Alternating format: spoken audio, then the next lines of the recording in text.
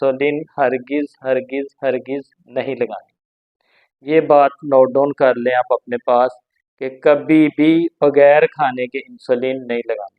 अब insulin type 1, GDM, CKD और paralyse वाले पेशेंट, ऐसे पेशेंट अपने खाने पीने के बगैर इंसुलिन कभी भी नहीं लगाएं। यानी अगर उनके सामने रोटी वाला खाना यानी गंदा वाला खाना। अस्सलाम वालेकुम एवरीवन, उम्मीद करता हूँ आप सब खैरियत से होंगे। आज हम बात करेंगे इंसुलिन, इंसुलिन एन और इंसुलिन आर। अब ये दो किस्म की इंसुलिन मिक्स करके क्यों लगाई जाती है, इसके पीछे इसके बेनिफिट कौन से हैं और ये कौन कौन से ऐसे मरीज़ हैं जो ये वाली इंसुलिन लगा रहे हैं, जबकि बहुत सारे मरीज एक किस्म की इंसुलिन लगा रहे हैं या दो किस्म, यानी या दिन में एक दफ़ा लग रही है इंसुलिन या दो दफ़ा। अब जो ये वाली मिक्स इंसुलिन लगा रहे हैं यानी एन भी लगा रहे हैं और आर भी, दो अलग-अलग किस्म की इंसुलिन लगा रहे हैं। अब वो दिन में 3 दफ़ा भी इंसुलिन लगा रहे हैं और 4 दफ़ा भी लगा रहे हैं।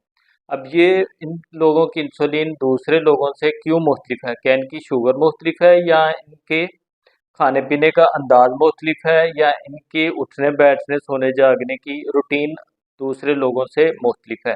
तो आज ये सब इसे सीखेंगे कि ये दो किस्म की इंसुलिन मरीज क्यों लगा रहे हैं। वीडियो थोड़ी लंबी हो सकती है तो हम डिटेल में एक एक चीज़ डिस्कस करते हैं। तो सबसे पहले इंसुलिन आर, आर मतलब रेगुलर इंसुलिन, इसे शॉर्ट एक्टिंग इंसुलिन भी कहते हैं, इसे बोलस इंसुलिन भी कहते हैं।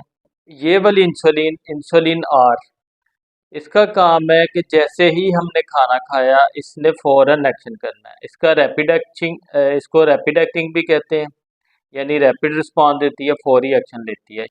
रेगुलर इंसुलिन, इसका ऑनसेट ऑफ एक्शन ये आधे घंटे में अपना काम स्टार्ट कर देती है और इसकी पीक पीक लेवल मतलब ये अपने कितनी हद तक जा सकती है, ये 1 से 1.5 घंटे में अपने पीक लेवल तक पहुंचती है और पीक लेवल से ये एंड तक इसका जो टोटल ड्यूरेशन है यानी 4 से 6 घंटे तक, इसकी कंप्लीट लाइफ 4 से 6 घंटे है। जैसे ही हमने इंसुलिन इंजेक्ट की और इसके बाद इसने आधे घंटे से अपना काम स्टार्ट किया, अपनी पीक तक पहुंची और फिर स्लोली स्लोली ये 6 घंटे तक हमारे जिस्म से ये ख़त्म हो जाएगी। इसकी टोटल लाइफ हमारी जिस्म में जब ये इंजेक्ट हो जाती है इसकी 6 घंटे तक है, 4 से 6 घंटे तक।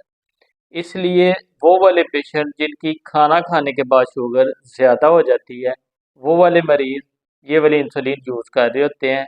वो सुबह का खाना खा के उसके बाद शुगर ज़्यादा हुई तो उन्होंने सुबह लगा ली, इसी तरह ही दोपहर के खाने के बाद और इसी तरह ही रात के खाने के बाद। अब जिनको इसके साथ एन भी मिक्स होकर लग रही है यानी एनपीएच, न्यूट्रल प्रोटामाइन हेजिडर, ये इस इंसुलिन की एब्रीवेशन है। अब ये वाली इंसुलिन देखने में मिल्की टाइप लगती है, देखने में दूधिया दूधिया टाइप नज़र आ रही होगी।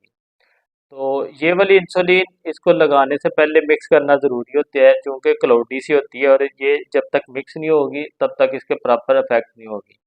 इस इंसुलिन का जो है ऑनसेट ऑफ एक्शन ये 1.5 से 2 घंटे में अपना काम स्टार्ट करती है, फिर इसके बाद 4 से 6 घंटे में इसका पीक लेवल है और फिर ये आहिस्ता आहिस्ता आहिस्ता आहिस्ता 8 से 12 घंटे हमारे बॉडी में रह के उसके बाद ये जिस्म से एलिमिनेट हो जाती है, जिस्म से ख़त्म हो जाती है। अब इसकी टोटल ड्यूरेशन जो है 8 से 12 घंटे, यानी अगर हमने सुबह इंजेक्ट की तो रात तक हमें फिर इंसुलिन एनपीएच की ज़रूरत नहीं। ये हमारे खाली पेट वाली शुगर को कंट्रोल करती है। इसने सुबह से लेके रात के खाने तक हमें कंट्रोल दिया और अगर हम दोबारा इसको रात को लगाएंगे तो ये रात से सुबह तक हमें हमारी शुगर को कंट्रोल रखेगी। दो किस्म की इंसुलिन है। अब ये इसलिए हम अलग-अलग मिक्स करके लगा रहे होते हैं कि यहाँ पे हमारे पेशेंट की खाने पीने की रूटीन एक जैसी नहीं होती। बहुत सारे लोग एकदम ज़्यादा खाना खाते हैं, शुगर एकदम ज़्यादा बनती है, तो उसके लिए उनको फिर आर वाली इंसुलिन ज़्यादा लगानी पड़ती है।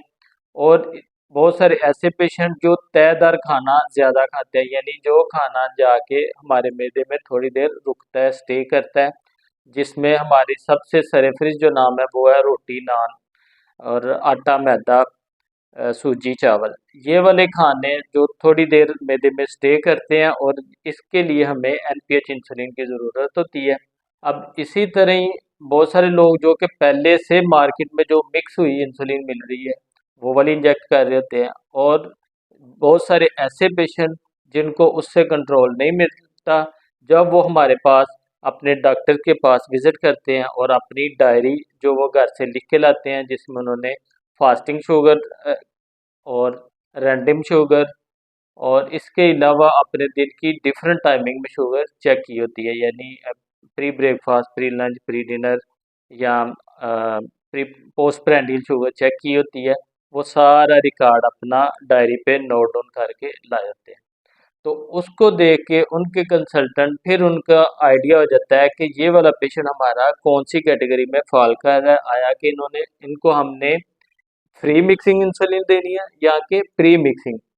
प्री मिक्सिंग मतलब कि जो मार्केट से हमें मिक्स हुई एक ही बोतल में मिल जाती है, और फ्री मिक्सिंग मतलब जो हमें अलग-अलग से एन और इंसुलिन आर, ये जो दो अलग-अलग से मिल रही है। अब वो वाला पेशेंट कौन सी कैटेगरी में फॉल कर रहा है उसको वो वाली इंसुलिन मिल जाती है। इस तरह हम ये दो किस्म की इंसुलिन को मिक्स करके लगा रहे हैं। अगर हमारा सुबह का खाना शुगर ज़्यादा बना रहा है तो वो आर वाली इंसुलिन सुबह लगा ली, फिर इसी तरह दोपहर को अगर खाने ने शुगर को ज़्यादा किया फिर हमने दोपहर को दोबारा लगा ली, और इसी तरह फिर रात के खाने के साथ भी हम ये वाली इंसुलिन लगाएंगे। और अगर खाली पेट वाली शुगर हमारी कंट्रोल है तो फिर उसके लिए हम दूसरी वाली किस्म जो एनपीएच वाली इंसुलिन है वो चाहे तो ना लगाएं। ये सारी डिपेंड करता है पेशेंट की रूटीन पे, और पेशेंट का कंसल्टेंट उसको बताएगा कि उसने कौन सी इंसुलिन किस टाइम और कितनी लगानी है। अब यहाँ पे एक क्वेश्चन है कि पेशेंट घर पे खुद इसकी टाइट्रेशन कर सकता है, यानी इस डोज को बदल सकता है। जी बिल्कुल बदला जा सकता है अपनी डोज में, अगर उसको कंट्रोल नहीं मिल रहा। फर्ज करें एक मरीज 10 यूनिट सुबह लगा रहा है, 10 यूनिट दोपहर को लगा रहा है और 6 यूनिट 6 यूनिट रात के खाने के साथ लगा रहा है इंसुलिन आर की, और उसकी शुगर कंट्रोल नहीं, यानी जो उसके नॉर्मल रेफरेंसेस हैं उनसे उनकी शुगर ज़्यादा आ रही है। फॉर एग्जांपल उसकी शुगर 180 से ज़्यादा आ रही है, वो 250 भी हो सकती है, 300 भी हो सकती है।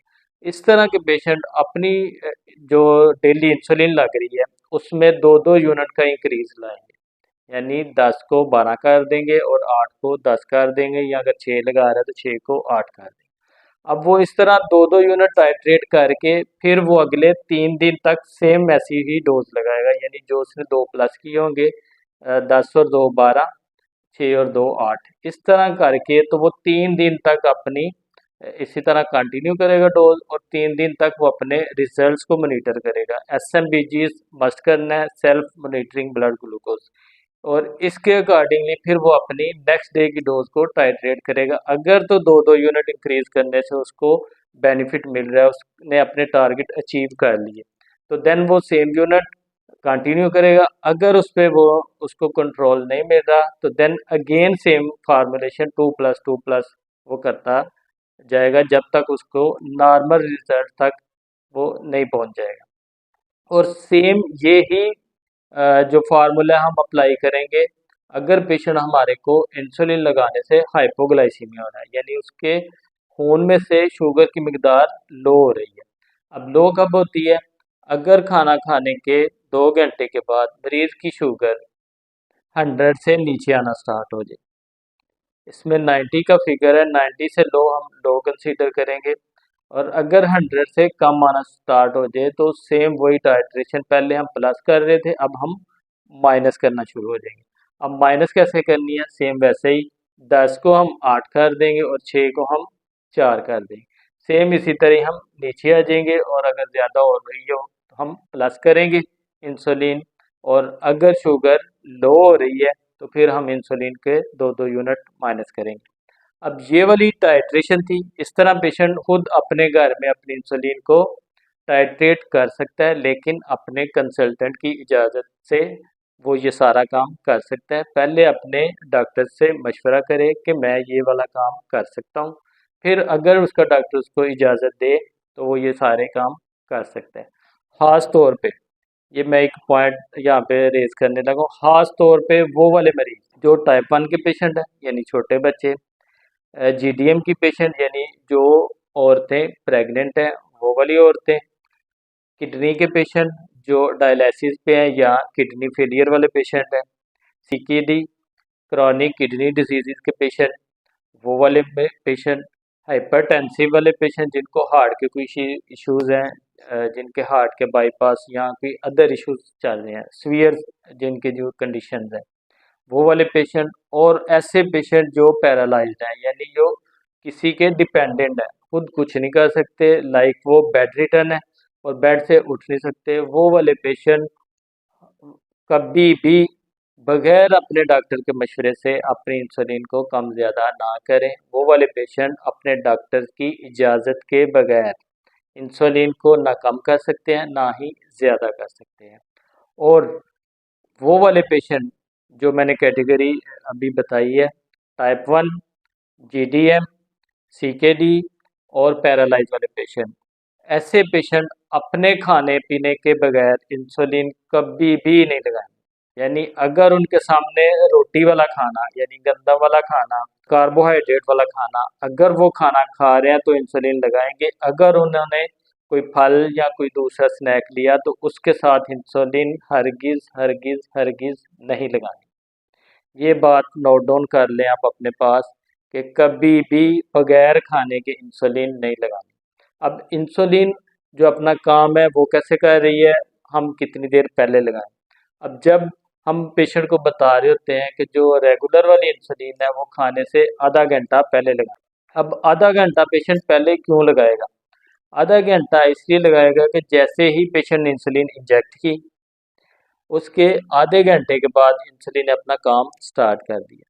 इसके बाद हम जैसे ही खाना खाना स्टार्ट करते हैं, जैसे ही हमने खाने का नवाला अपने मुंह में रखा, ही खाना मैदे में गया, ग्लूकोज बनना स्टार्ट हो गया। अब जैसे ही हमारा ग्लूकोज बना तो उससे पहले हमारे पास इंसुलिन मौजूद है जो उस ग्लूकोज को, शुगर को बढ़ने नहीं देगी। उसको कंट्रोल करने के लिए हमने उससे खाने से आधा घंटा पहले इंसुलिन लगा ली थी। अब इंसुलिन लगाने की जो सबसे अच्छी जगह है वो है ये सामने हमारा अब्डोमिनल वॉल, यानी ये पेट का सामने वाला एरिया, और सेकंड पार्ट जो है वो थाई, यानी हम अपने टांग के अपर वाली साइड जो है ये यूज़ कर सकते हैं। अगर कोई मरीज़ जिनके घर पे इंसुलिन लगाने वाला मौजूद है जो इंजेक्शन लगा सकता है तो वो ये deltoid muscle upper arm use कर सकते हैं या ग्लूटियल मसल बैक साइड पे जो हमारे मसल्स हैं ये यूज़ कर सकते हैं। लेकिन ये प्रोफेशनल लोग यूज़ कर सकते हैं। अगर पेशेंट पर्सनली यूज़ कर रहा है तो उसके लिए सबसे बेस्ट वे उसका स्टॉमिक है, ये हम सामने इंसुलिन इंजेक्ट कर सकते हैं। यानी दो अलग-अलग किस्म की जिसको फ्री मिक्सिंग इंसुलिन कहते हैं, एन इंसुलिन और आर इंसुलिन। इन दोनों को जो मिक्स करके लगा रहे थे उनके लिए ये वीडियो थी। इंशाल्लाह मैं अपनी दूसरी वीडियो जो इंसुलिन एन वाली अलग से है और जो इंसुलिन आर वाली अलग से है, ये कैसे कैसे लगानी चाहिए इसकी डिटेल वीडियो मैं डिस्क्रिप्शन में डाल दूंगा। अगर किसी को वो वाली इंसुलिन सीखनी हो तो वो वहाँ से वीडियो देख सकता है। और इसी तरह ही प्री मिक्सिंग इंसुलिन यानी जो मार्केट से हमें डिफरेंट किस्म के मिक्सिंग फार्मूला मिल रहे हैं जिसमें 70-30 भी है, जिसमें 50-50 भी है, जिसमें 25-75 भी है, जिसमें 35-65 भी फार्मूलेशन मौजूद है। तो इस तरह की सारी फार्मूलेशन इंशाल्लाह मैं कमिंग वीडियो में सारी डिटेल डिस्कस करेंगे और उसके सारे लिंक डिस्क्रिप्शन में मौजूद होंगे। तो उम्मीद करता हूँ आपको ये वीडियो अच्छी लगी होगी। तो अगर आपकी कोई भी क्यूरीज हो तो you must write down on comments. So thank you so much. अल्लाह हाफिज़।